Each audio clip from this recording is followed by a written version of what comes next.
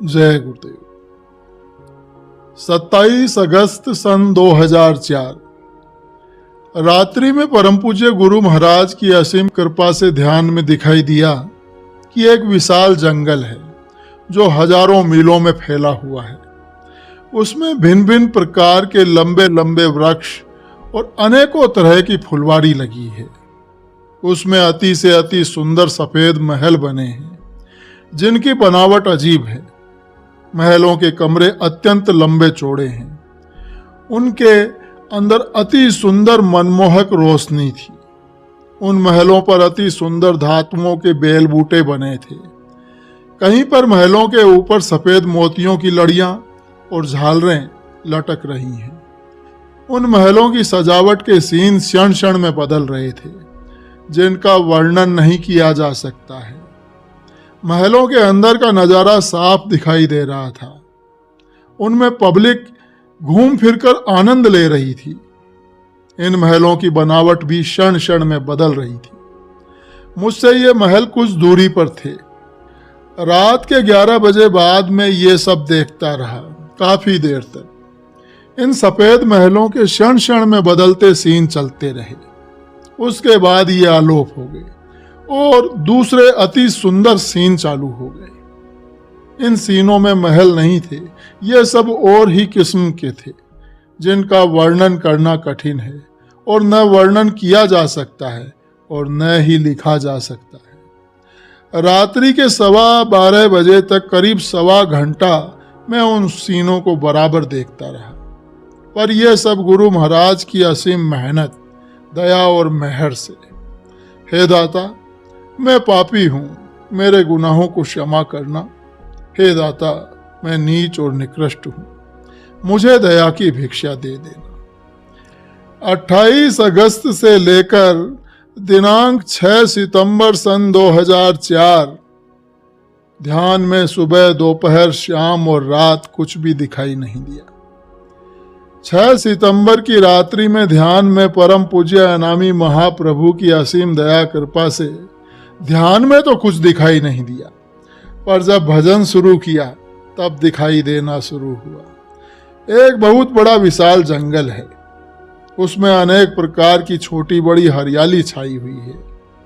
उसमें तरह तरह के रंग बिरंगे लंबाई में कुसुम रंग के फूल लगे थे जिनका मुंह ऊपर की तरफ था।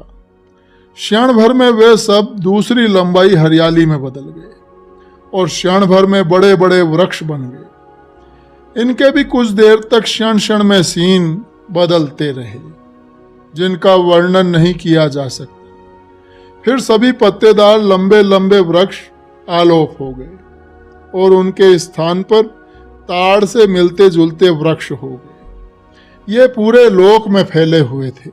जमीन आसमान कुछ दिखाई नहीं दे रहा था। परम पूज्य गुरु महाराज की असीम कृपा से 27 तारीख की रात्रि में ध्यान में सुंदर महल और अति सुंदर फुलवारी दिखाई दी। प्रेमियों, जो महल, फुलवारी और ऊंचे ऊंचे वृक्ष ध्यान में देखे थे, उनका न तो वर्णन किया जा सकता है और न लिखा जा सकता है और न ही फोटो द्वारा बनाकर दिखाया जा सकता है। फिर भी कंप्यूटर द्वारा बनवाकर यहाँ एक इशारा मात्र दिखाया है, दिखाने की कोशिश की है, क्योंकि उधर तो महलों के क्षण क्षण में सीन बदल रहे हैं। कभी किसी किस्म के हो जाएं तो कभी किसी किस्म के। कभी अंदर का सब कुछ दिखाई देने लगे, कभी जगह जगह अति से अति सुंदर मोतियों की लड़ियां जगह जगह लटक जाएं, तो लड़ियों के मोतियों का रंग बदल जाए। सारांश ये है कि सभी के सीन क्षण क्षण में बदलते रहे। कभी महल पूरे लोक में छा जाएं, कभी ऊंचाई का कोई अता पता न चले। इसी प्रकार वृक्षों और फुलवाड़ी का हाल था। कभी किसी रंग में तो कभी किसी रंग में। कभी फुलवारी की कतारें बन जाएं तो कभी एक जगह गुथ जाएं। कभी फूल हरियाली हो जाए तो कभी पूरे फूल ही फूल, यानी कहते नहीं बनता है। बड़ी अजब गजब वहाँ की लीला है जिसे शब्दों में बयान नहीं किया जा सकता है। इन ताड़ जैसे वृक्षों के भी क्षण क्षण में काफी सीन बदलते रहे जिनको याद नहीं रखा जा सकता है और फिर बदलते सीनों को न तो बयान कर सकते हैं और न ही लिख सकते हैं। और फिर उधर तो दृश्यों की, सीनों की आंधी चलती है, देख पाना भी कठिन होता है। फिर वो लोग पता नहीं किस तरह की हरियाली से भर गया, कुछ समझ में नहीं आया। कुछ खुश्क जमीन रेत सा भी दिखाई दे रहा था। फिर उस लोकयाती विशाल जंगल में 5 आदमी प्रकट हुए, जिनकी लंबाई 12 फीट से कम नहीं होगी। मुझसे 6-7 फीट के फासले पर वो घूम रहे थे। बदन में बहुत पतले थे, हाथ पैर मुंह भी पतले थे और लंबे थे। शरीर की लंबाई के अनुसार ही हाथ पैर और दूसरे शरीर के अंग भी लंबे थे। वे घूम घूम कर कुछ कर रहे थे। उनके हाथों में पतले बांसनुमा पतली पतली लकड़ियां थी, जिनकी लंबाई का कोई पता नहीं था। करीब 1 किलोमीटर की ऊंचाई के बाद ऊपर की तरफ, आसमान की तरफ घोर अंधेरा था। वे आदमी उन लकड़ियों को जब ऊपर से नीचे की तरफ जमीन में मारते तो एक किस्म का धुआं सा निकलकर आसमान की तरफ चला जाता। जब वे लकड़ियों को नीचे खड़ी लकड़ी मारते तो जहां वे लकड़ी मारते वहां तो धुआं निकलता, पर उसी समय उनसे 8-10 फीट की दूरी पर ऐसा लगता कि जैसे कि ऊपर से बॉम्ब आकर गिरा हो और वो धरती में सीधा चला गया है। फिर उसी जगह से एक पीली गैस की तरह से या पीले धुएं की तरह निकलता और आकाश की तरफ चला जाता। वो धुएं नुमा गैस के पीले और कुछ सफ़ेद रंग का धुआं जब आसमान की तरफ जाता तो ऊपर अंधकार की जगह कुछ देर के लिए रोशनी हो जाती, यानी उजाला हो जाता। कुछ देर तक ये सब चलता रहा। शायद ये भविष्य की बर्बादी का संकेत था। फिर कुछ देर में ये सब आलोप हो गया और पूरे लोक में करीब 8 फीट की ऊंचाई पर छत बन गई। अब आप जरा अंदाजा लगाइए, 1 मिनट आप सोचिए कि पूरे लोक की छत कई छोटी मोटी तो थी नहीं। उस पूरे लोक की छत में न कोई नीचे दीवार थी, न कोई पिलर था। मैं छत के नीचे खड़ा था। उस छत के नीचे खड़ा खड़ा सब क्षण क्षण में बदलते सीनों को मैं देखता रहा। छत के नीचे खड़ा खड़ा सब क्षण क्षण में बदलते सीनों को मैं देख रहा हूं। उस पूरे लोक की छत के नीचे पूरे में नॉर्मल रोशनी, जिससे दूर दूर तक का सब साफ दिखाई दे रहा था। उस छत की लंबाई चौड़ाई का कोई अंत नजर नहीं आ रहा था। उस छत के नीचे अगड़म बगड़म कई सामान नजर आ रहा था, पर पहचान में नहीं आ रहा था। उसमें से कुछ भी नहीं पहचाना जा सका जिसका इशारा किया जा सके। कुछ देर बाद पूरे लोक की छत के नीचे का भाग ऑफिसों की तरह नजर आने लगा, दफ्तरों की तरह। पूरे लोक में उस विशाल छत के नीचे दफ्तर ही दफ्तर नजर आ रहे थे।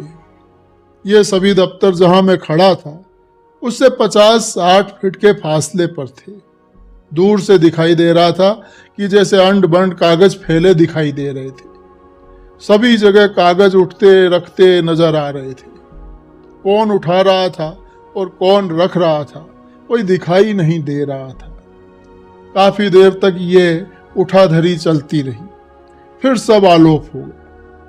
हो सकता है स्वामी जी महाराज ने उस लोक को दिखाया हो जहां सब जीवों का लेखा जोखा रखा जाता हो।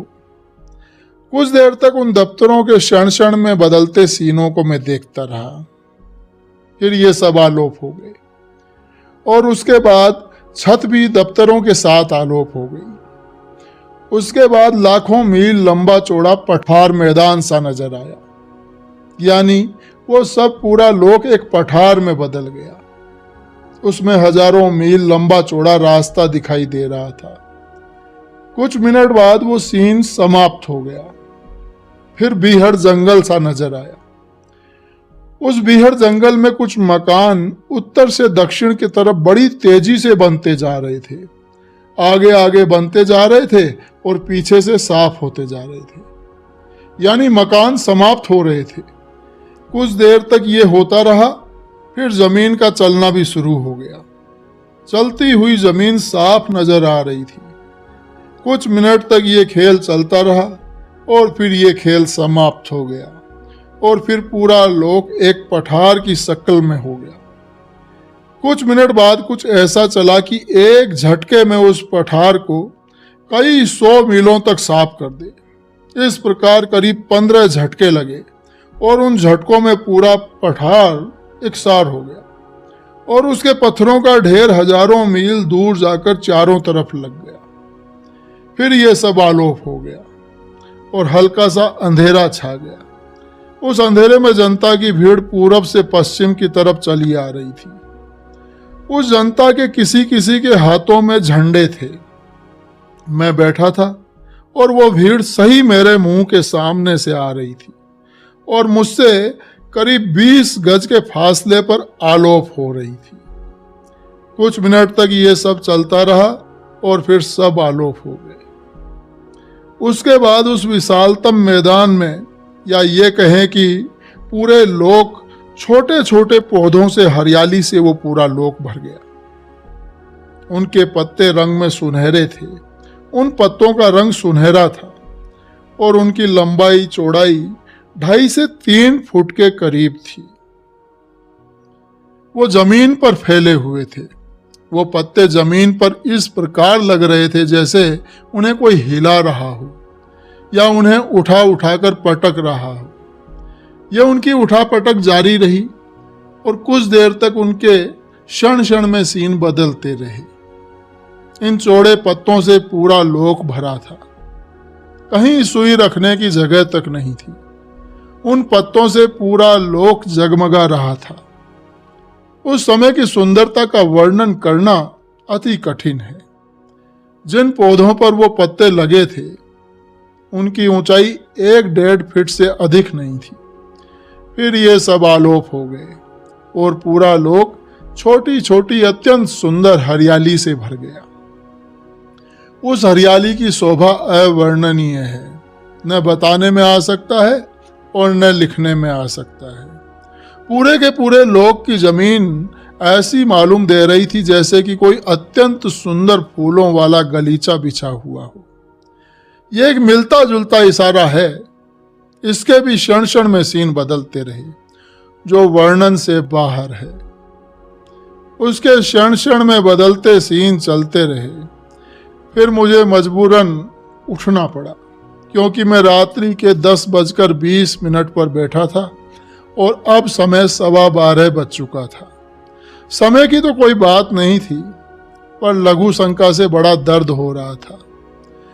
जो ये सब कुछ लिखा है ये कुछ भी नहीं है।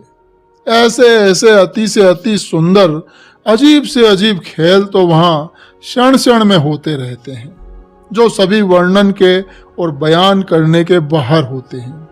केवल कण मात्र इशारा ही किया जा सकता है। हे दाता, आपकी माया अपरंपार है। आपके एक कण का भी कोई वर्णन नहीं कर सकता है। हे दाता, मैं पापी हूँ, मेरे गुनाहों को क्षमा करना। हे दाता, मैं नीच और निकृष्ट हूँ, मुझे दया की भिक्षा दे देना। मैं आपका बड़ा आभारी हूँ।